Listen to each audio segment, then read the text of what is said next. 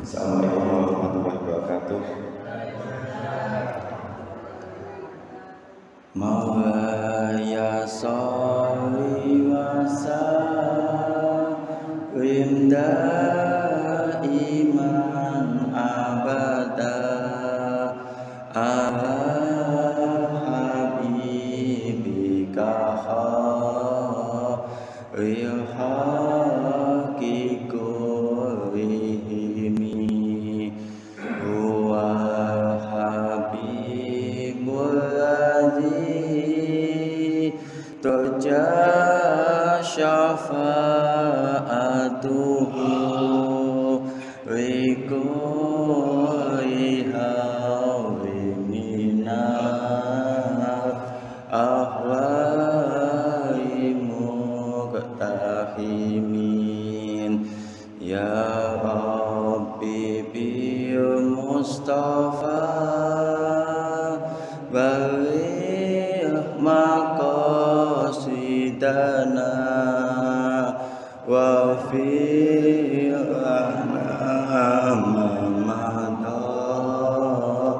ya wasi'al karami ya arhamar rahimin ya arhamar rahimin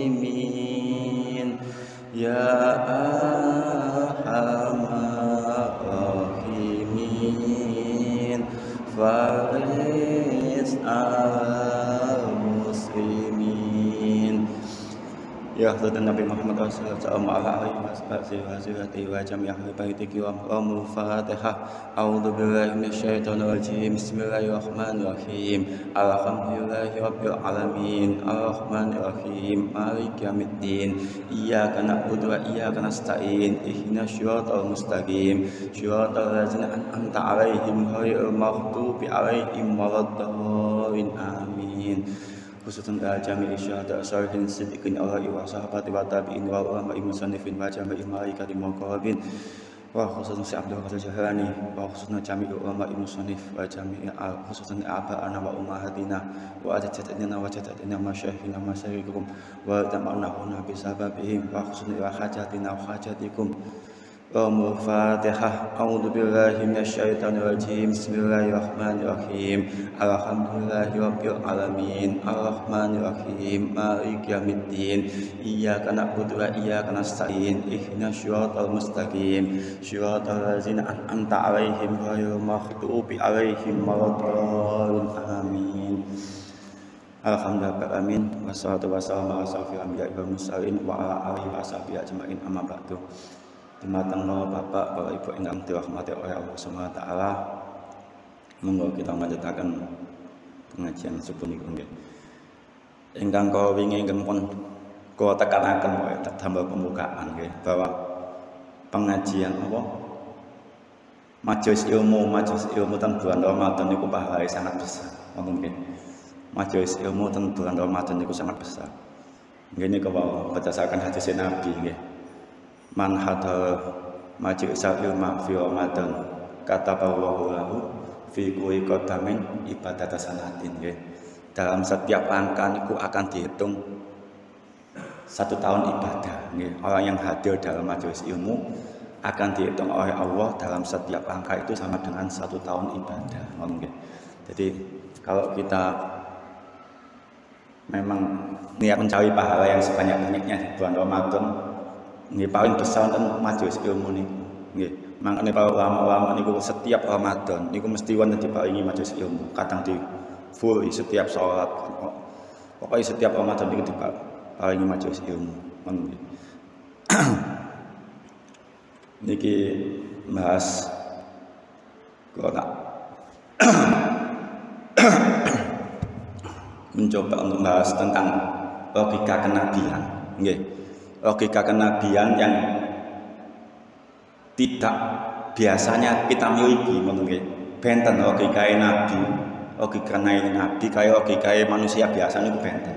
Nggih. Kadang logika nabi niku bertentangan dengan akal kita. Tapi nggih niku logika nabi, nggih. Tidak semua logika nabi niku sama dengan logika kita sedaya, nggih. Kadang logika nabi niku bisa bertentangan dengan logika manusia pada umumnya. Dalam? Oh nggih. Dikecilkan. Mboten semua apa? Nggih, dikecilkan aja. Mboten jelas soalnya. Pun, sak menten. Oh, mawon. Nggih. Pun. Oh, ngoten. Ngenten. Tuh. Nggih. Nggih. Kok awitaken. Cek mboten ngomong. Nggih. Monggo kita saling belajar tentang logika kenabian, ngoten nggih. Nggih, kadang logika kenabian niku mboten sami kaya logika manusia pada umumnya itu tidak selamanya sama, ngoten nggih. Kalau kita sering belajar sejarah-sejarah Nabi, sejarah tentang kehidupan Nabi Muhammad niku bahwa banyak logika yang memang bertentangan dengan akal manusia pada umumnya, ngoten nggih. Nggih. Salah satunya niku misalnya contoh nggih, kok paringi beberapa contoh riwayat dari ceritanya Nabi, dari kehidupannya Nabi, ngoten nggih. Yang pertama niku dari ceritanya perang Badar. Kalau kita melihat perang Badar niku nggih. Perang Badar niku ingkang pertama jumlahnya pun mboten sami, ngoten nggih. Pasukan musuh 1000, pasukan Islam hanya 313. Pedangnya pun mboten sami nggih. Kalau musuh satu orang satu pedang. Kalau orang Islam pedang satu untuk 10 orang, ngoten nggih. Mesti logikae sahabat mesti mikir, pas diajak perang niku mesti mikir, ya Nabi niki perang napa seta nyawa, ngoten nggih. Padahal pedang satu untuk 10 orang, ngoten nggih. Kalau kita mikir mesti jelas seta nyawa niki, ngoten nggih. Kalau musuh 1000 orang, satu orang satu pedang. Orang Islam hanya 313, satu pedang untuk 10 orang, ngoten nggih. Mesti mesti sahabat-sahabat niku mikir, sahabat niku manusia biasa pada umumnya, ngono nggih. Dan Quran kan sampe disebutaken niku, kama akhrajat ka rabbuka min baitika bil haqq wa inna fariqam minal mu'minina lakawihun. Niku peringatan dumateng Gusti Allah, wahai Muhammad ngono bahwa sahabat niku koyo ae melok, tapi pas budal iku mesti ngomong kabeh, ngono nggih. Niku sekelas sahabat to nggih. Diajak perang sik wonten ngomong nggih, ngono nggih. Ngomong kabeh, soalnya nggih niku mau pas berangkat hanya membawa satu pedang untuk 10 orang gantian, ngomong nggih.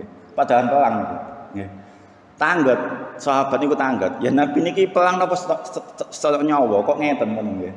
Iki perang yo ngomong. Tapi kok pedangnya mek ngeten. Ya wis pokoke dikongkon Gusti Allah, nek awakmu gak gelem wis aja melok, wis aku tak budal dhewe ae ngono. Mboten Nabi nek sampean perang nggih kula temut perang ngomong. Niku istimewa sahabat. Kula mboten kepingin sampean kena pedange musuh. Meskipun ngeyel, tapi tasik loyal. Niku sahabat. Nggih, sahabate Nabi niku ngoten. Meskipun ngeyel tapi tasik loyal.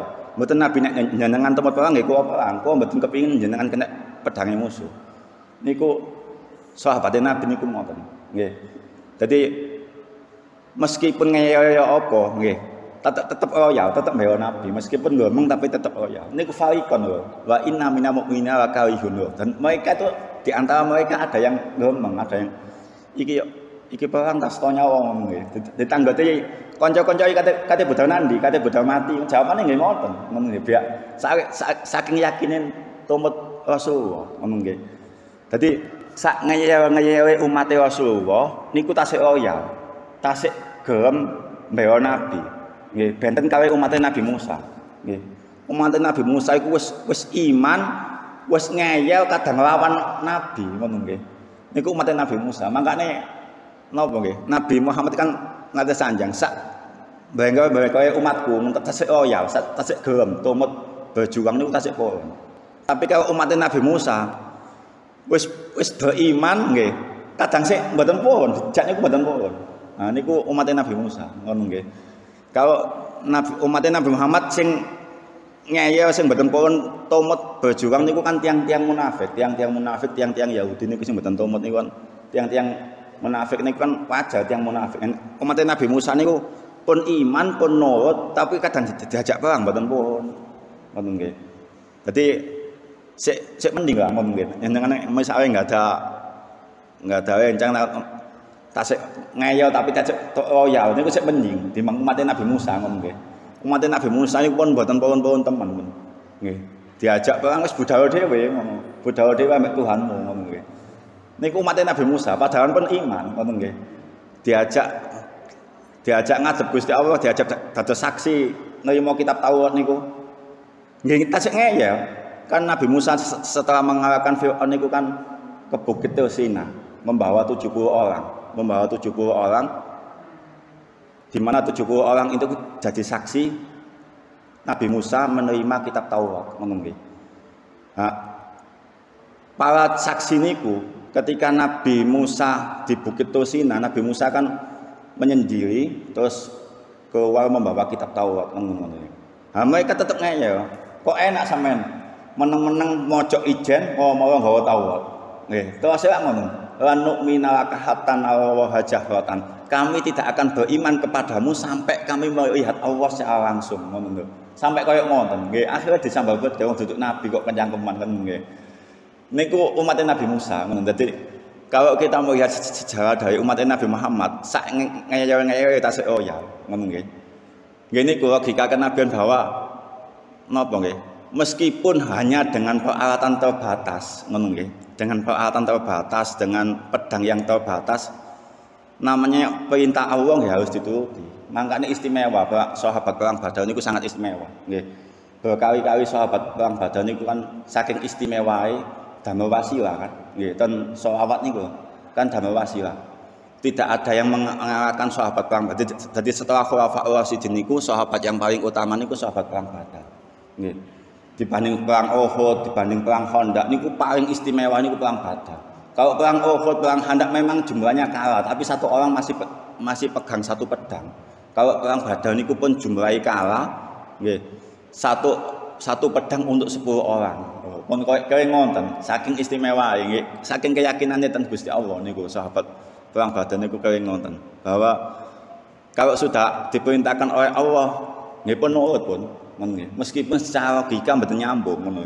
Secara logika mboten nyambung niku. Pun kalah jumlah, kalah pedang pisan nggih.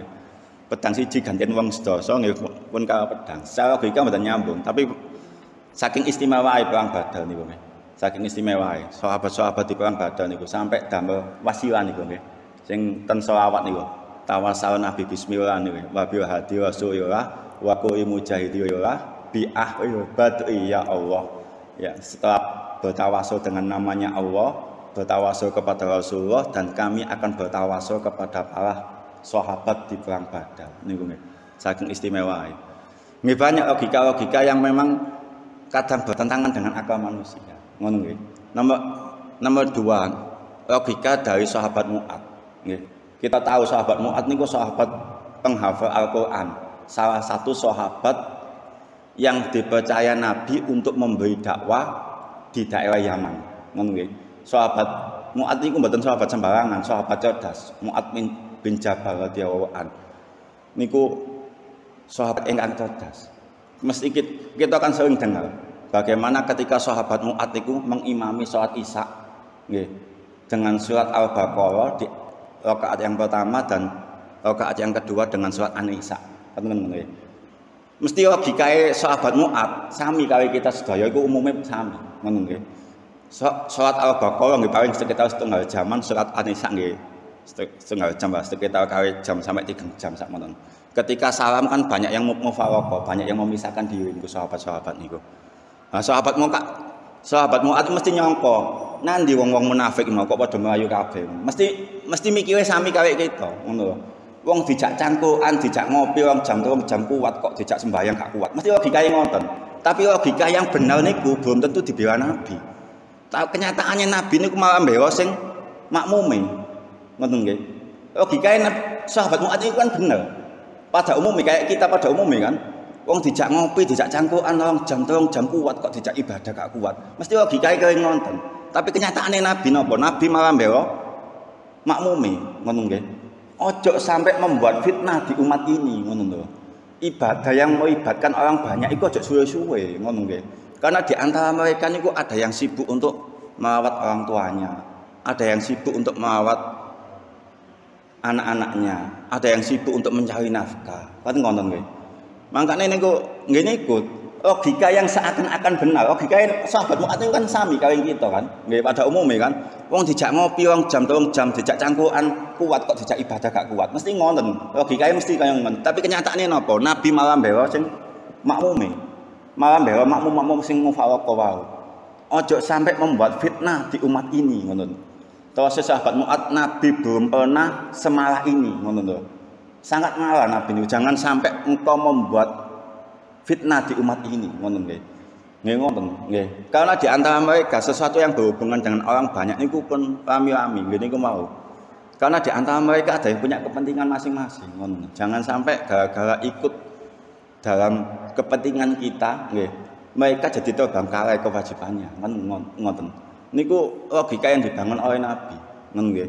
Pada umumnya kan ngoten. Makane kenging napa Gus Bahak niku kan misalnya mimpin tahun nggih mboten kula rame-rame. Soalnya sesuatu yang melibatkan orang banyak niku mesti akan jadi masalah kalau lama-lama ngoten nggih. Termasuk sinten pendiri NU niku Kiai Hasyim Asy'ari niku. Niku wasiat ten keluargae, wasiat dumateng santri-santri ini, aku nek mati aja dikhawi. Sampai sekarang kan di keluarga Tebu Ireng niku belum ada khol. Dan pertama kali ada khol niku nggih khol Gus Dur niku. Pertama kali. Jadi tradisi dari keluarga Tebu Ireng nggih pendiri Nahdlatul Ulama niku mboten wonten khol. Mboten wonten khol. Dan baru ada khol niku setelah Gus Dur, setelah wafatnya Gus Dur 2010 niku baru ada khol pertama kali niku. Sebelumnya mboten wonten khol. Karena khawatir bahwa kalau nek aku dikholi mesti ngrepotno wong akeh ngono nggih. Mesti ngrepotno wong akeh. Nate pun diwasiati kan Kiai Haji Hasyim Asy'ari niku kan sedoyo 1947.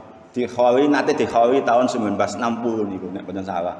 Niku tempat kholi kesambar bedek, akhirnya mboten siyos. Tempat kholi niku kesambar bedek mboten siyos. Jadi sesuatu yang banyak niku dikhawatirkan, sesuatu yang melibatkan orang banyak itu dikhawatirkan akan merepotkan orang lain. Ngono nggih.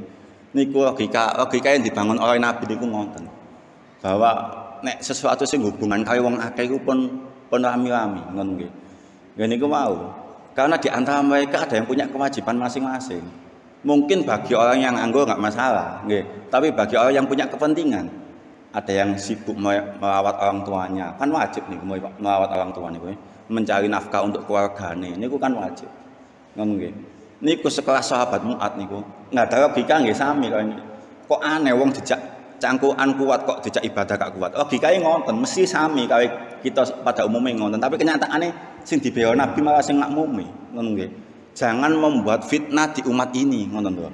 Nggih, karena di antara mereka ada yang punya kepentingan masing-masing. Ada yang repot untuk mencari nafkah, ada yang repot untuk merawat anak niku hukumnya wajib, merawat orang tua niku hukumnya wajib, mencari nafkah untuk keluarga niku hukumnya wajib.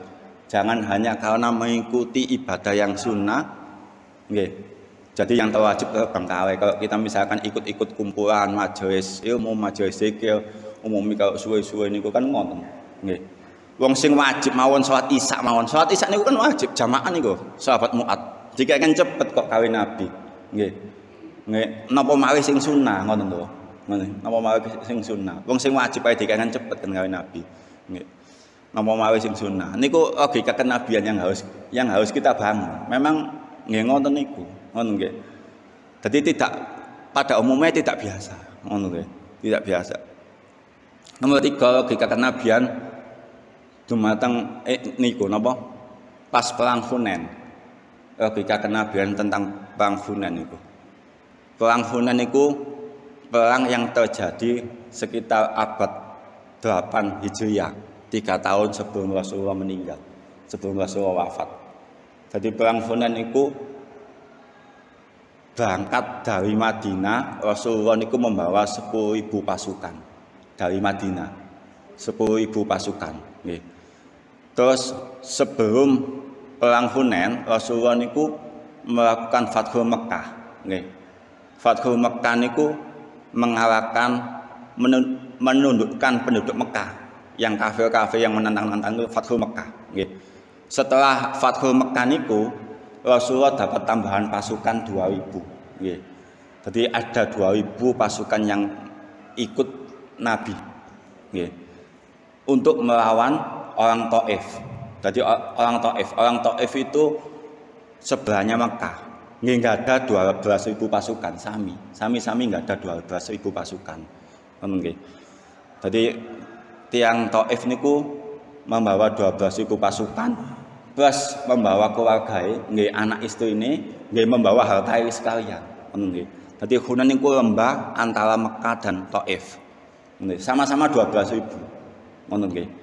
Memang orang Islam pada waktu itu memang awalnya sempat jumawa, sempat sombong. Nggih. Selama ini ya Nabi, selama ini kita itu perang kalah jumlahnya dan selalu menang. Jumlahnya kalah pun orang Islam mesti sak menang. Ingkang kalah kan cuma perang Uhud mawon kan. Selain perang Uhud Nabi selalu menang kan. Nggih, perang Khandaq menang, perang Badar menang, perang Khaibar menang. Padahal jumlahnya nggih kalah ngono. Tapi hari ini jumlah pasukan Islam sama pasukan orang kafir sama-sama 12.000-nya. Kemungkinan kita bisa menang. Jadi sempat jumawa ngoten. Tapi gini kok kenyataannya awal-awal memang diberi kekalahan oleh Allah. Karena memang ada rasa kesombongan seperti ini kok diberi kekalahan oleh Gusti Allah niku dan perang Hunain niku. Dan pada akhirnya menang. Setelah menang, setiap orang niku kan nggak ada apa napa nggih? Harta iki ambek kan pas Hunain niku. Ketika orang-orang kafir kalah, mereka meninggalkan hartanya, emasnya, semuanya hartanya ini ku diombah Hunain itu. Dan Nabi membagikan harta dari orang-orang yang ikut perang Hunain itu, dari 12.000 orang kafir orang Hunain itu hanya dibagikan kepada orang Mekah saja, yang 2.000 itu. Yang 10.000 mboten dibagi kali Nabi. Kalau kita mikir logika kita mesti kan ya baik Nabi kayak ngono. Wong nang Madinah iku ditolong ambek wong-wong Madinah, diselametno wong Madinah. Diselametno wong Madinah, ditolong Madinah sampai sukses, sampai dadi akeh pasukane. Kok ketika perang niku kok sing dikeki kok wong Mekah tok, apa wong Madinah gak dikeki? Mesti sahabat-sahabat sing biasa nggih, mesti mikir ngoten ngono to.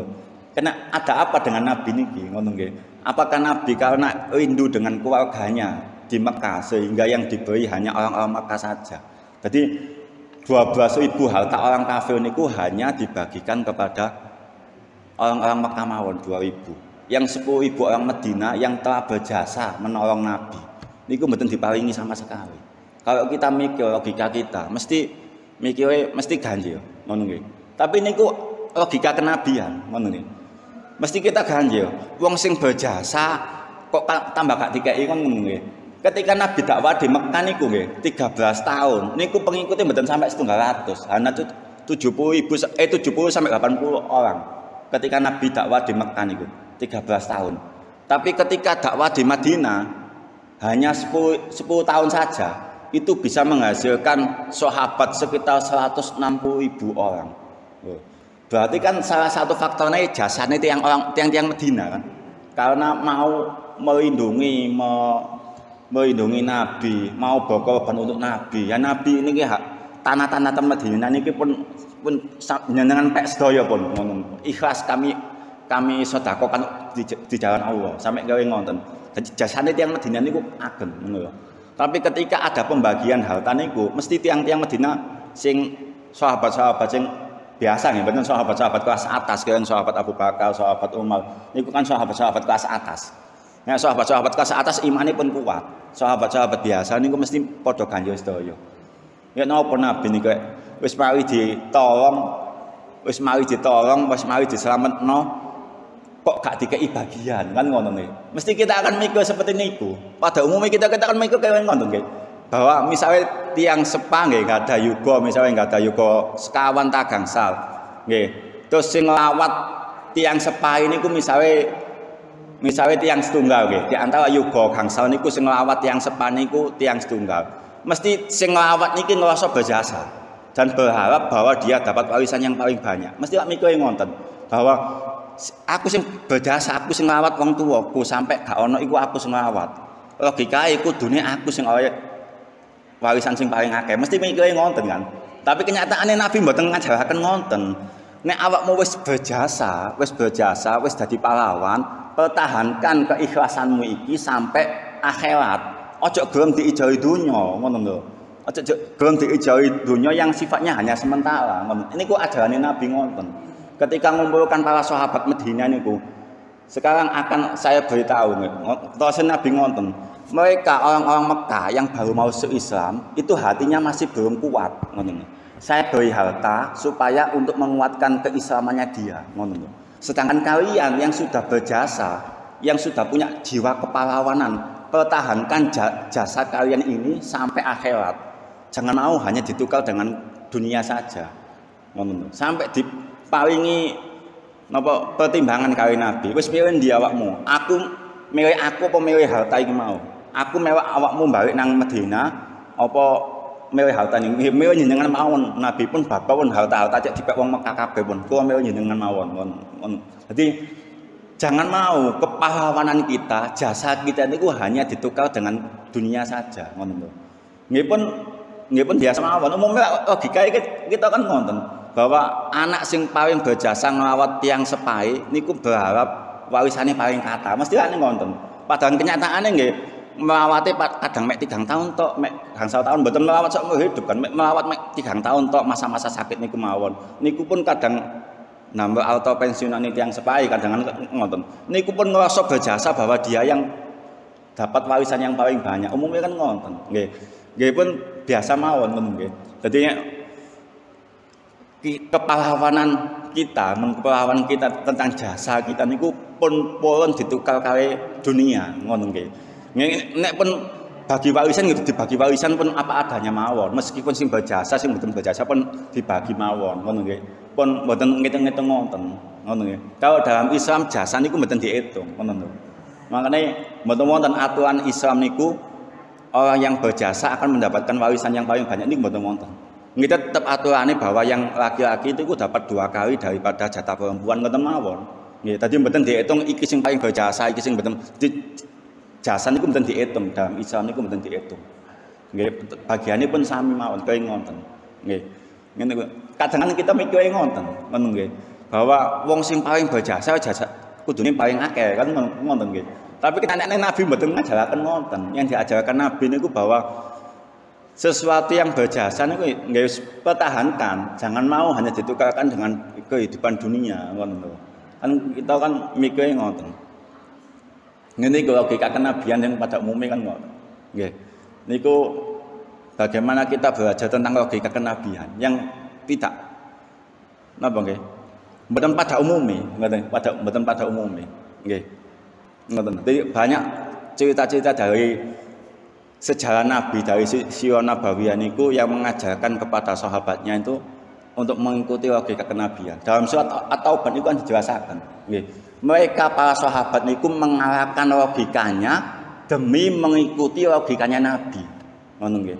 Mereka para sahabat-sahabat niku mengalahkan logikanya masing-masing demi mengikuti logikanya Nabi. Ngono nggih. Ngene iku. Saking pentingnya logika kenabian niku nggih. Kaya ngoten. Makanya supaya kita mboten belajar dadi dados tiyang kapitalis, ngono nggih. Biyen bagus yang paling berjasa bangun desa iki berarti sing berhak dadi Pak Lurah ya akuan ngono. Niku kan bahaya kaya ngoten niku. Nggih. Nggih pun biarkan saja wong mbah-mbahe biyen wis ikhlas kok lapot atik mewok-mewok. Atik mewok-mewok njaluk bagian niku nggih. Ngoten lho. Nggih pun sampai kaya ngoten nggih. Kita kan sering mikir ngoten nggih. Bahwa biyen bagus sing paling berjasa bangun desa iki, sing babat alas desa iki, ya sing berhak dadi ketua ya aku kan ngono. Nah niku kan repot kaya ngoten niku. Nggih. Jadi bagaimana logika kenabian itu kita bangun. Saking pentingnya logika kenabian itu. Mboten pada umumnya, mboten kering logika pada umumnya. Nggih. Tidak semuanya memang ada yang memang logika sama dengan logika manusia pada umumnya. Tapi nggih ada banyak juga yang logika kenabian itu mboten sami kaya logika manusia pada umumnya niku mboten sami. Niku nggih. Niku belajar bahwa betapa pentingnya kita belajar logika kenabian niku kewen ngoten. Nggih. Nggih banyak kisah-kisah Nabi termasuk dalam perang Bani Nazir kawe tiyang Yahudi niku. Nggih. Bani Nazir kawe tiyang Yahudi niku nggih ngoten. Ketika Nabi berhasil mengalahkan orang-orang Yahudi, Bani Nazir, nggih. Niku engkang dibagi harta rampasan perang niku hanya orang muhajirin yang fakir, hanya orang pendatang. Jadi orang pribumi mboten dibagi kali Nabi. Niku. Nggih, memang seperti niku logika kenabian niku kawin ngoten, nggih. Dan surat Al-Hasyr niku kan dijelasaken niku. Fuqara muhajirina bahwa harta-harta rampasan yang engkau peroleh dari perang dengan orang Yahudi dengan Bani Nazir niku diperuntukkan untuk orang-orang pendatang yang fakir, ngono nggih. Kalau kita mikir logikae mesti kok enak wong pendatang kok dikeki wong sing pribumi mboten diparingi kan ngono nggih. Tapi Nabi selalu mengajarkan kepada kita bahwa kalau kita sudah punya jasa, nggih, punya jasa niku pun dihitung-hitung. Balasane pun surga, ngono nggih. Balasane jasa niku pun surga pun, ngono nggih. Kalau kita ikhlas, ngono nggih. Kalau kita ikhlas balasane pun surga, pun sampai dihitung-hitung. Aku ben jasai paling akeh, berarti aku kudune awene paling akeh. Jangan mau hanya ditukarkan dengan kehidupan dunia yang sifatnya sementara, ngono nggih. Kalau di dunia nggih dibagi apa ana mawon pun, mboten usah hitung-hitungan jasa. Ngono nggih. Umume kan ngoten, nggih. Sing ngrasa paling jasa, paling suwe nglawat wong tuwa, nggih. Aku paling ngawat wong tuwa paling suwe, paling berjasa. Kudune aku oleh warisan paling akeh. Kan logikae ngoten. Tapi logikae Nabi ingkang dibangun mboten ngoten, ngono nggih. Bahwa nek masalah jasa iku wis balasane surga, wis aja diitung nang donya, ngono nggih. Nang donya wis dibagi biasa ae, wis dibagi biasa kaya berjasa kabeh ngono wis mboten usah hitung-hitungan ngoten. Iku logika yang dibangun oleh Nabi niku ngoten. Nggih. Bagaimana kita belajar tentang logika kenabian dari hal-hal yang seperti ini niku. Niki engkang masalah logika kenabian, nggih. Soale tiang ikhlas niku nggih. Tiang ikhlas kala wingi kan kula sebutaken, tiang ikhlas niku wonten tingkat-tingkatane. Nggih. Wonten memang ikhlas niku pun ikhlas karena Allah, pun mboten memperhitungkan apa mawon nggih. Kalau orang ikhlas tingkatan yang paling tinggi, nggih. Orang yang ikhlas karena Allah hanya untuk mendekat kepada Allah pun mboten hitung-hitungan. Nggih. Mboten hitung-hitungan pahala pun mboten hitung-hitungan pun. Saking paweketan Gusti Allah. Tentunya niki mboten tingkatan kita pada umum tingkatane wali niki nggih. Pun mboten saking ikhlas dumateng Gusti Allah niku pun mboten napa nggih. Mboten hitung-hitungan kalian Gusti Allah wis gak ngitung mbok pahala piye mbok pahala pokoke sing penting aku wis ambek Gusti Allah, aku mendekatan Gusti Allah. Ngono nggih. Oh ngono.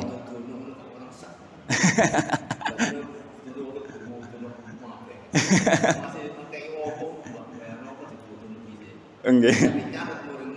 Nggih ngono. Nggih. Nggih. Nggih, umume kan.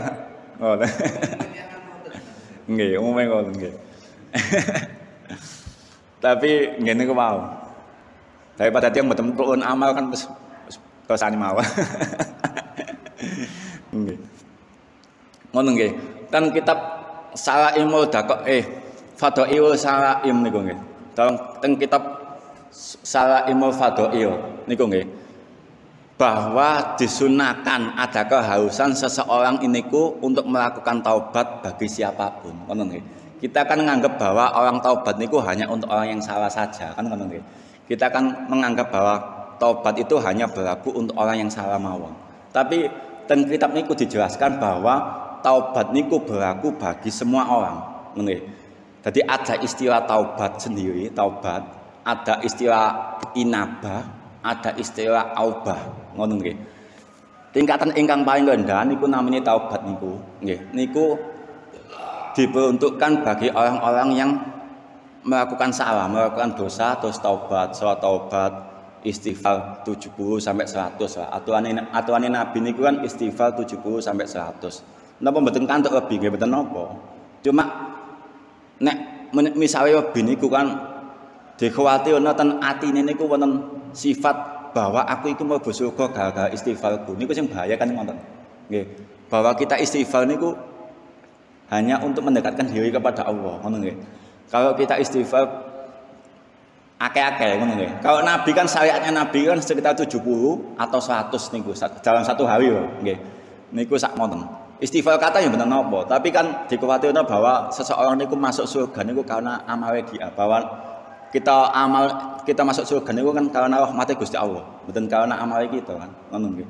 Jadi karena rahmat Gusti Allah, bukan karena amal kita. Jadi tingkatan orang yang paling rendah niku taubat niku untuk menghapus dosa-dosanya. Niku disunahkan setiap hari melakukan taubat. Ini mau dengan sholat taubat dan membaca istighfar niku 70 sampai 100 niku. Tingkatan yang atasnya lagi niku namanya inabah. Nggih. Inabah niku nggih kira kita pada umumnya niku. Wong sing pada umumnya sing ngosol sok suci, sing ahli masjid, ahli sembahyang niku nggih tetep wonten keharusan untuk taubat, ngono nggih. Taubat bagi orang yang ahli ibadah yang pada umumnya niku taubate untuk menguatkan pahalanya dia kepada Allah, ngono nggih. Jadi pun mau aku iki ahli sembahyang, ahli masjid wis gak perlu taubat mboten ngonten, nggih. Taubat niku tetap berlaku bagi siapapun, ngono nggih. Jadi tingkatan ingkang kedua wau inabah namine. Nggih, inabah niku taubate tiyang sing ahli ibadah, sing wong hitung-hitungan pahala niku nggih, niku taubate namanya inabah, ngono nggih. Tingkatan yang paling tinggi namanya aubah. Aubah niku tingkatane wali. Wali pun diharuskan untuk bertaubat, ngono nggih. Tujuannya taubat napa? Tujuannya untuk mendekatkan diri kepada Allah biar dia semakin dekat. Dengan taubatnya dia akan semakin dekat. Jadi keharusan bertaubat niku tidak hanya untuk orang-orang yang berdosa mawon, ngono nggih. Tiang-tiang ingkang saleh nggih ada keharusan untuk melakukan taubat, ngono nggih. Untuk menguatkan pahalanya dia kepada Allah. Tingkatan yang paling tinggi aubah niku wali-wali niku. Nggih. Dengan bertaubat dia akan semakin dekat kepada Allah, ngono nggih. Jadi taubat niku tujuannya tidak hanya menghapus dosa mawon, tapi juga untuk mendekatkan diri kepada Allah. Niku tingkatannya tiang-tiang taubat, nggih. Meskipun tiang pun ikhlas, nggih, pun ikhlas karena Allah, nggih tetap enggak ada keharusan untuk bertaubat, ngono nggih. Ngene ku mau. Jadi taubat niku mboten hanya untuk orang-orang yang maksiat mawon, ngono nggih. Bagi orang-orang yang sudah ikhlas, niku nggih wonten keharusan untuk bertaubat. Dan kitab Salaimul Fadhail niku nggih. Aubah namine nggih. Niku biar semakin menguatkan kedekatannya dia kepada Allah. Ini nggih. Ingkang tingkatan kedua namanya inabah niku wau. Nggih. Nggih kita pada umumnya misalnya tiang-tiang sing ahli ibadah, sing ahli masjid niku nggih tetep enggak ada keharusan untuk bertaubat, ngono nggih. Untuk menambah pahalanya dia kepada Allah, ngono nggih. Jadi taubat niku berlaku untuk siapa saja, ngono. Mboten untuk orang-orang yang khusus tertentu mawon, ngono nggih. Niki masalah niku mau keikhlasane nggih, keikhlasane tiyang nggih dalam membangun logika kenabian, ngono nggih. Nggih saking pentingnya makane perlu kok sampai akan niku soalé nggih bahwa logika kenabian niku tidak selamanya sama dengan logika yang kita miliki, ngono nggih. Kadang nggih bertentangan, tapi nggih niku logika kenabian niku kaya ngoten niku. Logika kenabian. Ngono nggih. Terus mari pembahas niki mau bahas masalah masalah tasawuf mau. Mungkin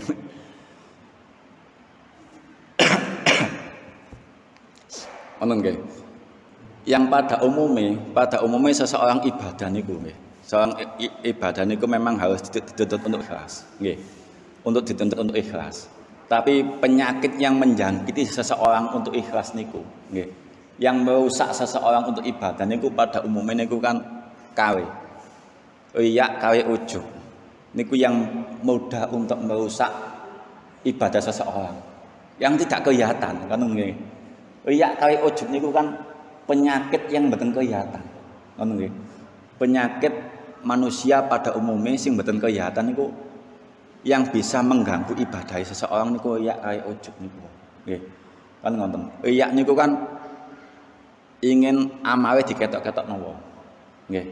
Kalau tiang ikhlas niku kan gak peduli ketok mboten ketok nggih, tetep sami mawon. Dadi keberadaannya seseorang itu ada atau tidak ada niku sami mawon. Ngono nggih.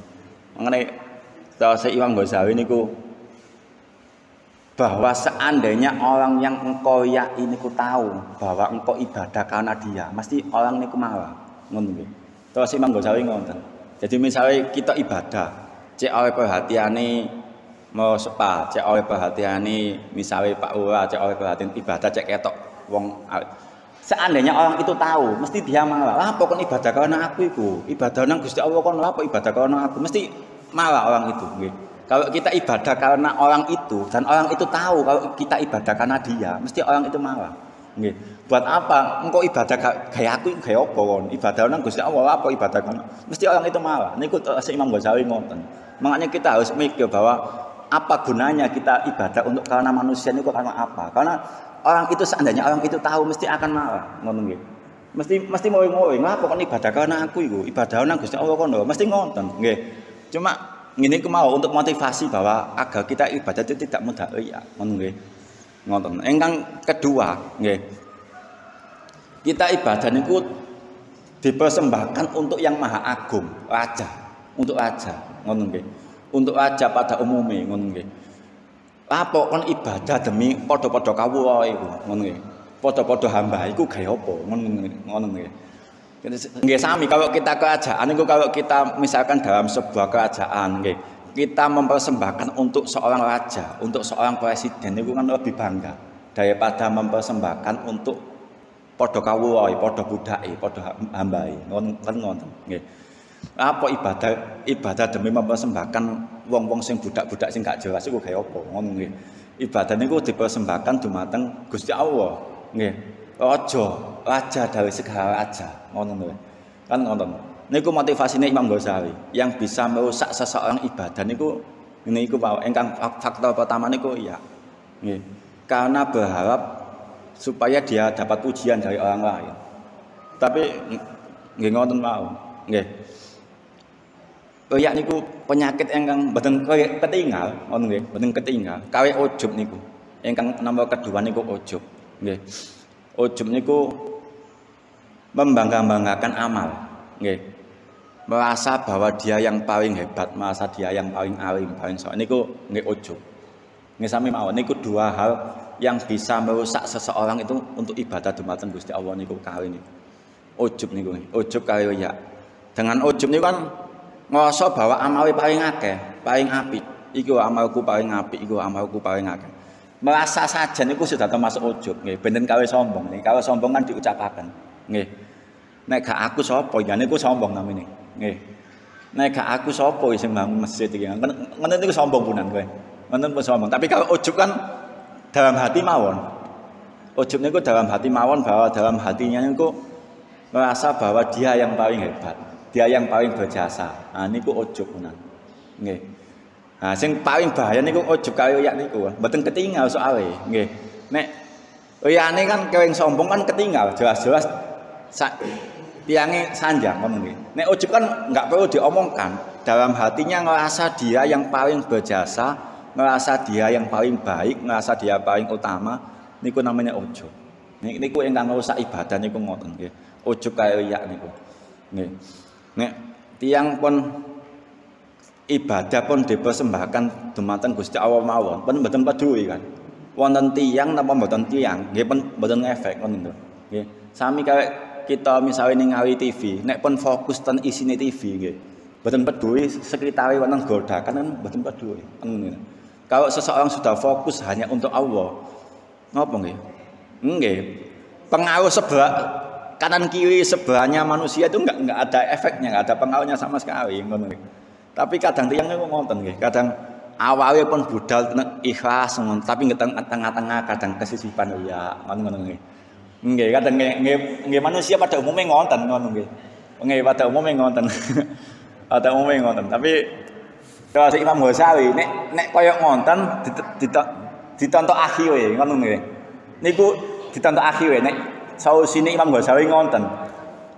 Nek wis kaya ngoten nggih, kita wis niat ikhlas. Tiba nang tengah-tengah kesisipan riya, gara-gara ditonton wong dadi tambah dienak-enakno. Kesisipan ya. Nek to sing wonten to si Imam Ghazali ditontok akhire, kan ngene. Nek akhire iso ikhlas maneh, diitung ikhlas, ngoten nggih. Nek akhire gak iso ikhlas nggih pun buyar pun. Ilang amale ngoten nggih.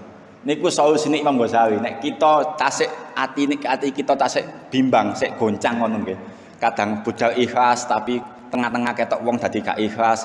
Ngoten ditonton akhire ngoten nggih. Nek akhire menawi tak saged ikhlas, nggih pun diitung ikhlas. Niku menurut Imam Ghazali dalam kitabnya Minhajul Abidin niku ngoten. Niku ukurane tiyang ikhlas niku ngoten. Nggih. Nggih, sae mboten sami ya. Nek kan mboten setiap orang yang mampu mempertahankan keikhlasannya itu dari awal sampai akhir kan mboten setiap orang ngono nggih. Kadang sik disisipi oh ya ngono nggih. Wis enak-enak ikhlas, budal mau ikhlas tengah-tengah gara-gara ana wong sing dianggap mulya, sing dihormati dadi pamer kan ngono dadi ngono terus Imam Ghazali ditontok akhir ngono nggih. Nek akhire saged ikhlas nggih pun diitung ikhlas ngono nggih. Tapi nek akhire ditutup mboten saged ikhlas, nggih mboten dianggap ikhlas. Ngoten. Ngoten nggih. Dadi monggo kita sami-sami sareng-sareng belajar ikhlas mboten saged ngrusak amal ibadah kita ngono nggih. Mangane niku wau pentinge logika kenabian niku mengajarkan kita untuk belajar ikhlas dan belajar mboten dados tiyang ujug ngono nggih. Bagaimanapun kebaikan kita, jasa kita niku pun sampai pun ditukarkan dengan kehidupan dunia yang hidupnya fana ngono nggih. Pun biasa mawon, pun sing ngrasa paling berjasa, ngrasa mbae sing paling berjasa pun biasa mawon ngono nggih. Wis kering tiyang pada umume ngoten mawon nggih. Pun sampai disebut-sebutno iki biyen aku sing gak aku sapa ngono nggih. Dadi jangan menukarkan kebaikan kita niku dengan kehidupan dunia ngono nggih. Hanya karena ingin mendapatkan harta, hanya karena ingin dihormati, hanya karena mau nggih. Ngoten. Mangane logika kenabian niku bener-bener logika yang luar biasa, yang seharusnya harus dibangun ngono nggih. Ngoten to. Zamane sahabat kan ngoten. Sering terjadi kaya ngoten niku bahwa misalnya setiap orang apa nggih? Nabi niku mengajarkan setiap orang niku agar jangan mudah untuk berharap ke orang lain. Niku kan logika kenabian. Nggih. Makanya zamane sahabat niku sering terjadi kaya ngoten, tiang memberi tiang orang lain ngono ya, memberi wewean ke orang lain ngono nggih. Mesti orang niku mikir, aku kok golek dikeki itu saya tak sekali-kali tak ngekeki ngono, diparingi mawe, diparingaken tanggoe sampai muter mawe ngono nggih. Jadi kondisi kaya ngoten niku sering ngono nggih. Jadi diparingi misalnya diparingi sop kambing ngono nggih. Ten tanggoe. Mesti mikir tanggoe iki aku kok gak dikeki itu saya sekali-kali tak ngekeki rek dikeki tanggoe mawe. Dikeki tanggoe mawe. Terus akhirnya balik ten tiang sing maringi. Jadi kondisi kaya ngoten niku zamane Nabi niku sering terjadi. Karena Nabi mengajarkan kepada sahabatnya niku jadi wong aja sampai arep-arep wong liya ngono to. Kalau sekali-kali kita tuh punya napa nggih harapan untuk bisa memberi, menolong orang lain itu bagaimana nih? Jangan selalu berpikir untuk diberi saja, jangan selalu berpikir untuk ditolong mawon nggih. Sekali-kali itu berusaha untuk bagaimana untuk menolong orang lain ngoten.